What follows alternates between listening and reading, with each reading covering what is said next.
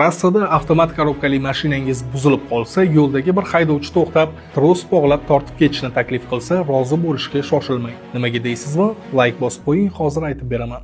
Gap shundaki, mexanika mashinalarda bu usul bemalol ishlaydi, lekin avtomat korobkada bu jiddiy va katta zararga olib kelishi mumkin.